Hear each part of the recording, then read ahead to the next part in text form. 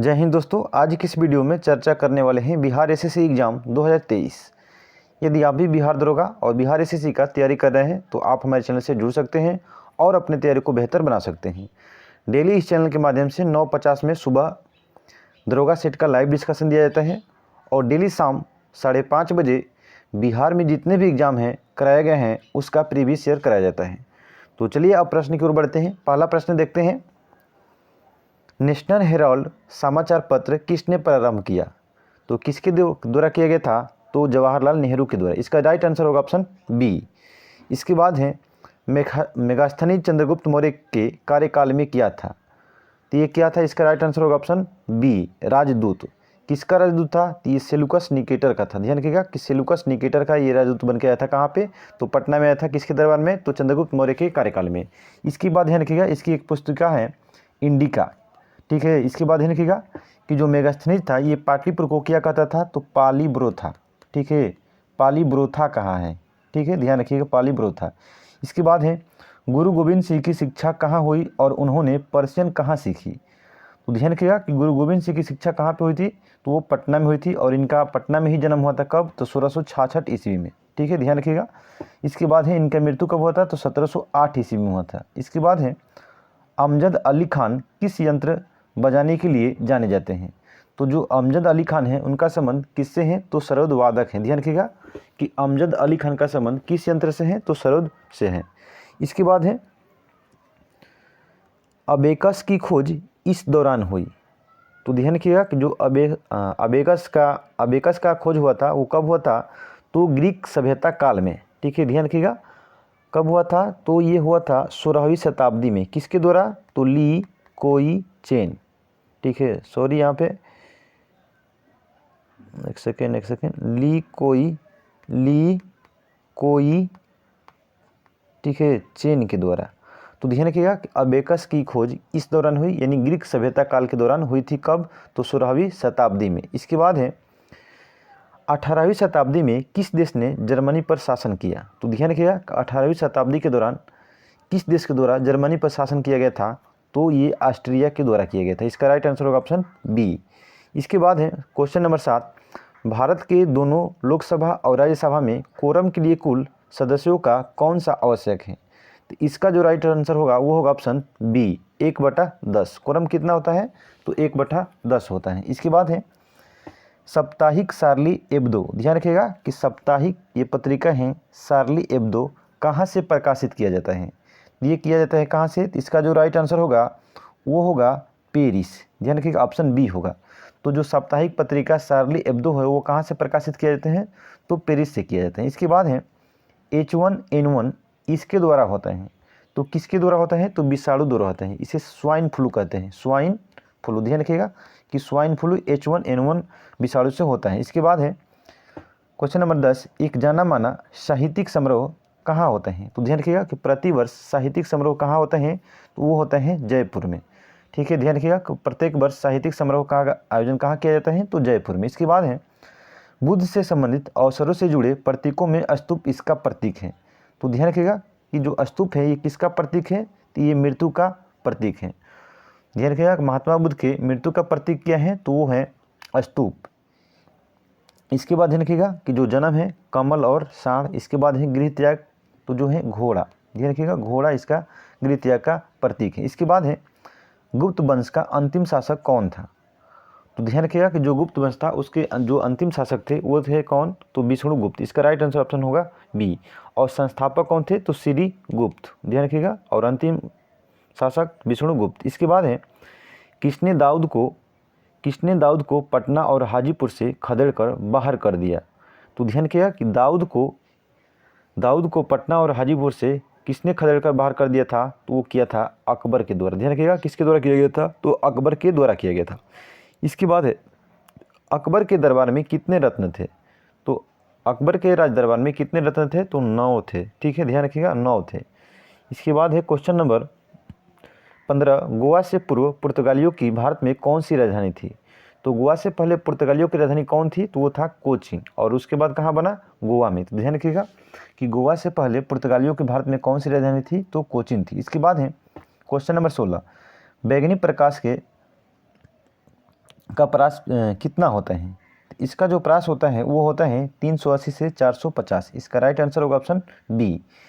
इसके बाद है यहाँ पे तरंगदैर्ध्य, ठीक है, तो बैंगनी प्रकाश का तरंगदैर्ध्य का परास कितना होता है? तो वो होता है 380 से 450। इसके बाद है एक रोगी के शरीर के अंदर देखने के लिए क्या उपयोगी है?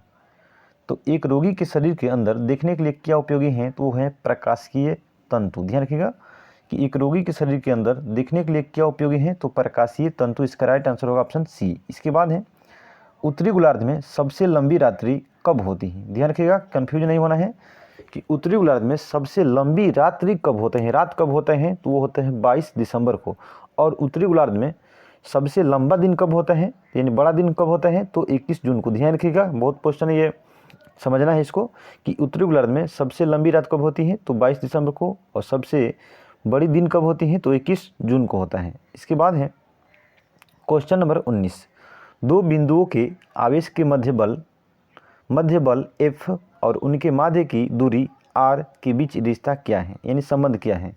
तो आवेश के मध्य बल F है और उसके माध्य की दूरी कितना है? तो R है। तो इसका जो राइट आंसर होगा वो होगा F। इसका जो राइट आंसर होगा ऑप्शन डी होगा, ठीक है। इसके बाद है कि चंपारण सत्याग्रह का आरंभ कहाँ हुआ, कब हुआ था? तो जो चंपारण सत्याग्रह था इसका आरंभ कब हुआ था? तो वो हुआ था 1917 ईस्वी में। कहाँ पे? तो बिहार में हुआ था। ध्यान रखिएगा कि नील की खेती से संबंधित है। इसके बाद है उत्तर प्रदेश का राजकीय फूल क्या है? तो जो उत्तर प्रदेश है उसका राजकीय पुष्प क्या है? तो वो है पलाश, ठीक है। और राजकीय पक्षी क्या है? तो सारस है। ध्यान रखिएगा, सारस। इसके बाद है कि जो 583 का 293 से संबंध है वह 488 का इसके साथ है। तो बना लीजिए, इसको देख लीजिएगा। इसका जो राइट आंसर हो जाएगा वो होगा ऑप्शन बी, ठीक है। इसका जो राइट आंसर होगा ऑप्शन बी हो जाएगा, 378 होगा, ठीक है। तो ध्यान रखिएगा। इसके बाद है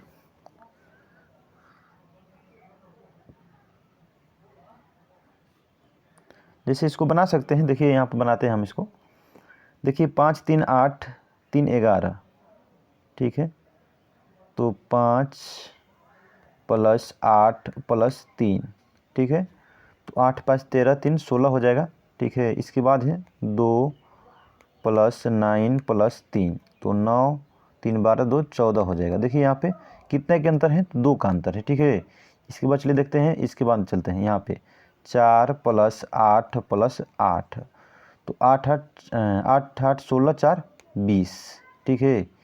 इसके बाद ऑप्शन के अनुसार हम देखेंगे कि 3 + 7 + 8, देखिए 8 7 15 3 18, तो 18 हो गया। देखिए 20 में से 18 घटाएंगे कितना बचेगा? 2, यानी लगभग 2 का अंतर दोनों में आ रहे हैं। तो इसका जो राइट आंसर होगा ऑप्शन बी हो जाएगा, ठीक है, 378। इसके बाद है कि भारत में प्रथम ऊनी कपड़ों की मिल कहाँ खोली गई थी?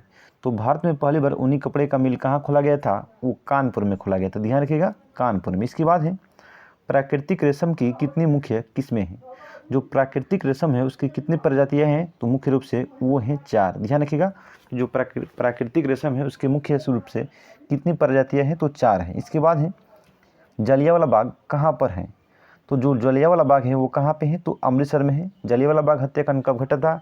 तो 13 अप्रैल 1919 ईस्वी में। ध्यान रखिएगा, 13 अप्रैल 1919 को। इसके बाद है कि तमिलनाडु में पाई जाने वाली मुख्य जनजाति हैं।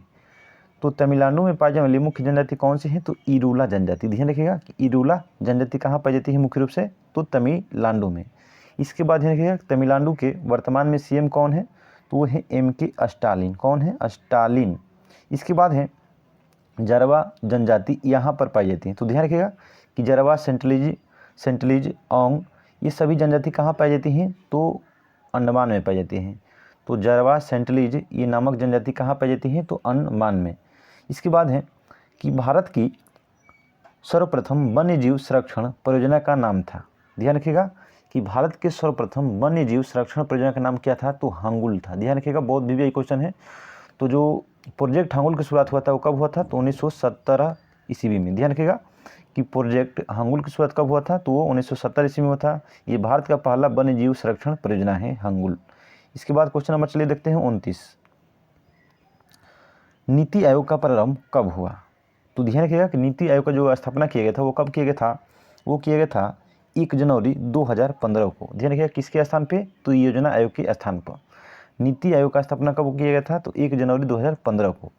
इसके बाद ध्यान रखिएगा कि योजना आयोग का नया नाम नीति आयोग होगा, इसका घोषणा कब किया गया था, तो 2014 में, लेकिन फाइनली रूप से ये कब स्थापना हुआ इसका, 1 जनवरी 2015 को। इसके बाद ध्यान रखिएगा कि नीति आयोग के वर्तमान में हेड कौन है, तो पीएम है, ठीक है। इसके बाद है पवनार आश्रम। पवनार आश्रम के संस्थापक कौन थे, तो ध्यान रखिएगा कि पवनार आश्रम के जो संस्थापक थे वो कौन थे, तो आचार्य विनोबा भावे। पवनार आश्रम के संस्थापक कौन थे, तो आचार्य विनोबा भावे। कहाँ पे, तो मुंबई में। ध्यान रखिएगा मुंबई में किए थे, कौन, यही। इसके बाद ध्यान रखिएगा कि भूदान आंदोलन के जनक भी किसे माना जाता है, तो आचार्य विनोबा भावे को। इसके बाद है जापान की संसद कहलाती हैं, तो जो जापान की संसद को क्या कहा जाता है, ये कहा जाता है डायट। ध्यान रखिएगा कि जापान के संसद को क्या कहा जाता है, डायट कहा जाता है। इसका बाद ध्यान रखिएगा कि स्पेन के कोर्टस, पोलैंड के सोजिम। ध्यान रखिएगा कि जापान के संसद को डायट, ठीक है। इसके बाद है स्पेन के संसद को कोर्टेस और पोलैंड के संसद को सोजिम कहा जाता है। इसके बाद आपका क्वेश्चन है, हाँ, इसके बाद है डेल। तो डेल से हो जाइए, ये होगा आयरलैंड, ठीक है। आयरलैंड के संसद को क्या कहा जाता है, तो डेल कहा जाता है, ठीक है। इसके बाद है रियाल किस देश की मुद्रा है, तो ध्यान रखिएगा कि जो रियाल है ये किस देश की मुद्रा है, ये सऊदी अरब की मुद्रा है। ध्यान रखिएगा बड़ा कंफ्यूज होता है कि रियाल किस देश का मुद्रा है, तो सऊदी अरब का है। इसके बाद है भारतीय झंडे में चक्र का रंग कैसा है, तो जो भारतीय झंडा है उसमें जो चक्र है उसका रंग कैसा दिखता है, तो नीला दिखता है। ध्यान रखिएगा। और जो भारतीय झंडा है इसे संविधान सभा द्वारा कब अपनाया गया था, तो 22 जुलाई 1947 ईस्वी में अपनाया गया था। ध्यान रखिएगा। इसके बाद है ध्यान रखिएगा कि जो अशोक चक्र है उसमें तिलिया की संख्या कितनी है, तो 24 है, ठीक है। इसके बाद है क्वेश्चन नंबर, वंदे मातरम का अंग्रेजी में अनुवाद किसने किया था। ध्यान रखिएगा बहुत भी क्वेश्चन है कि वंदे मातरम जो पुस्तक थी वो बंकिम चंद्र चटर्जी द्वारा लिखा गया था, लेकिन वंदे मातरम का अंग्रेजी में अनुवाद किसने किया, तो अरविंद घोष के द्वारा किया गया था। ध्यान रखिएगा कि वंदे मातरम का अंग्रेजी में अनुवाद किसके द्वारा किया गया था, तो अरविंद घोष के द्वारा किया गया था। इसके बाद ध्यान रखिएगा, इसके बाद है एक चैत प्रायः पड़ता है इस दिन को, यानी कहने का मतलब है कि जो एक चैत होता है, यानी जो चैत का पहला महीना होता है वो कब पड़ता है, वो पड़ता है 22 मार्च को, ठीक है। 22 मार्च से ये स्टार्ट होता है। इसके बाद है सत्यमेव जयते यहाँ से लिया गए हैं, तो जो सत्यमेव जयते हैं वो कहाँ से लिया गए हैं, मुंडकोपनिषद से लिया गए हैं, ठीक है। राइट आंसर ऑप्शन होगा बी। इसके बाद चलिए देखते हैं क्वेश्चन, किसका उपनाम दवाल है, तो ध्यान रखिएगा कि किसका उपनाम दवाल है, तो राहुल द्रविड़ का उपनाम क्या है, दवाल है। ध्यान रखिएगा कि भारतीय क्रिकेट टीम के कोच कौन है, तो राहुल द्रविड़ हैं। ध्यान रखिएगा कि भारतीय क्रिकेट टीम के कोच कौन है, तो राहुल द्रविड़ हैं। इसके बाद है रेड क्रॉस का मुख्यालय कहाँ पर है, तो जो रेड क्रॉस है उसका मुख्यालय कहाँ पे है, तो स्विट्जरलैंड के जिनेवा में है। ध्यान रखिएगा इसका राइट आंसर ऑप्शन ए होगा। इसकी जो स्थापना किया गया था 1863 ईस्वी में, ठीक है। और 8 मई को अंतर्राष्ट्रीय रेड क्रॉस दिवस मनाया जाता है। इसके बाद है आनंद मठ के लेखक थे, तो आनंद मठ के लेखक कौन थे, ये थे बंकिम चंद्र चट्टोपाध्याय। ध्यान रखिएगा आनंद मठ के लेखक कौन थे, तो बंकिम चंद्र चटर्जी यानी चट्टोपाध्याय, ठीक है। इसके बाद ध्यान रखिएगा, चलिए अब आगे बढ़ते हैं। इसके बाद है ध्यान रखिएगा जो आनंद मठ है इसी में सन्यासी विद्रोह का चर्चा यानी उल्लेख है। इसके बाद है द ओडेसिटी ऑफ होप किसने लिखी है। ध्यान रखिएगा क्वेश्चन बहुत इम्पोर्टेंट है ये पुस्तक कि द ओडेसिटी ऑफ होप किसने लिखी है, तो ओबामा की लिखी है। ध्यान रखिएगा ओबामा की ये पुस्तक है, ठीक है। ध्यान रखिएगा द ओडेसिटी ऑफ होप किसकी पुस्तक है, तो ये है ओबामा की पुस्तक है। इसके बाद है क्वेश्चन नंबर 43, समय का वर्णन करते हुए शब्द संक्षेप एडी का अर्थ क्या है, तो समय का वर्णन करते हुए शब्द संक्षेप एडी का जो अर्थ है वो क्या है, वो है एनो डोमिनी। क्या होता है, तो एनो डोमिनी। इसके बाद है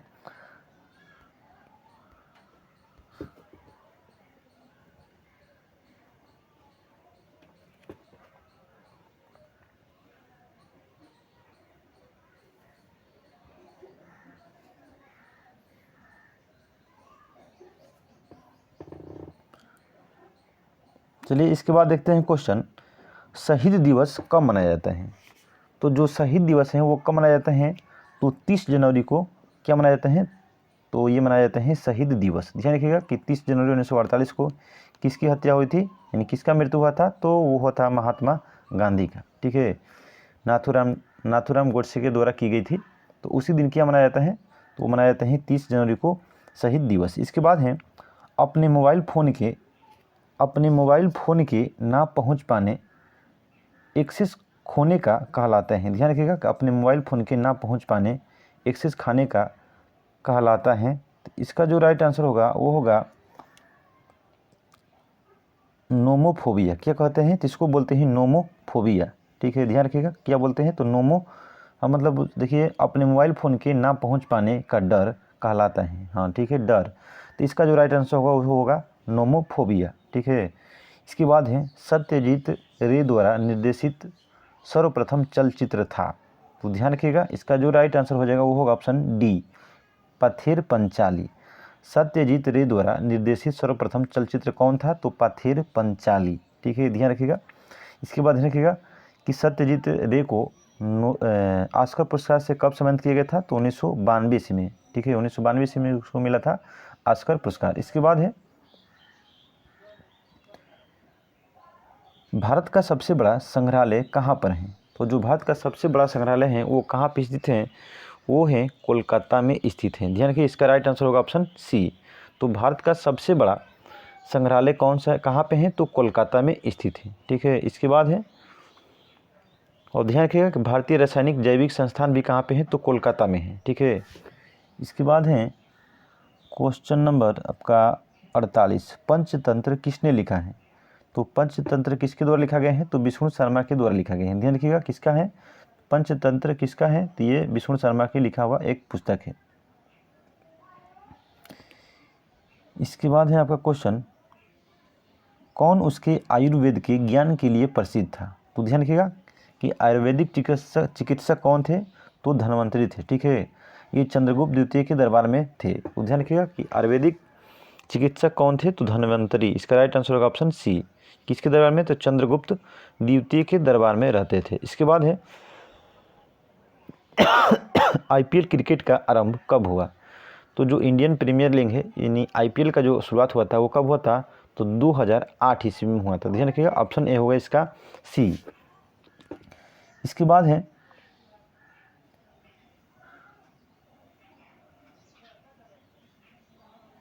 क्वेश्चन नंबर है 51, लाइपेज द्वारा वसा के जलीय अपघटन पर मिलता है। लाइपेज द्वारा वसा के जलीय अपघटन पर मिलता है, तो क्या मिलता है, इसका जो राइट आंसर होगा वो होगा वसीय अम्ल और ग्लिसरॉल। ध्यान रखिएगा कि लाइपेज द्वारा वसा के जलीय अपघटन पर क्या मिलते हैं, तो वसीय अम्ल और ग्लिसरॉल मिलता है। ठीक है, इसके बाद है ध्यान रखिएगा कि 1 ग्राम वसा से कितना कैलोरी ऊर्जा प्राप्त होता है, तो 9.3 होता है। ठीक है, ध्यान रखिएगा कि 1 ग्राम वसा से कितना कैलोरी ऊर्जा प्राप्त होती है, तो 9.3 कैलोरी ऊर्जा प्राप्त होती है। ठीक है, इसके बाद क्वेश्चन आपका है कि भारतीय मानक समय ग्रीनविच माध्य समय से इतना आगे है, यानी 82.5 डिग्री पूर्वी देशांतर को भारतीय मानक समय रेखा कहा जाता है। ठीक है, तो बोल रहा है कि भारतीय मानक समय ग्रीनविच माध्य समय से कितना आगे है, तो 5.5 घंटा। ध्यान रखिएगा इसका जो राइट आंसर होगा वो होगा 5.1/2 घंटा। ठीक है, 1/2 घंटे। तो इसका जो राइट आंसर होगा ऑप्शन ए हो जाएगा। इसके बाद है दुनिया का सबसे बड़ा दलदल यानी गीला स्थान कहाँ पर है। तो दुनिया का जो सबसे बड़ा दलदलीय स्थान है वो कहाँ पे है, वो है एशिया में। ठीक है, इसका जो राइट आंसर होगा वो होगा ऑप्शन ए। एशिया में कौन सा स्थान है, तो वो है प्रीपेट। ये कहाँ पे है, तो साइबेरिया क्षेत्र में। ठीक है, ध्यान रखिएगा कि दुनिया के सबसे बड़ा दलदली यानी गीला क्षेत्र कहाँ पे है, तो एशिया महाद्वीप में है।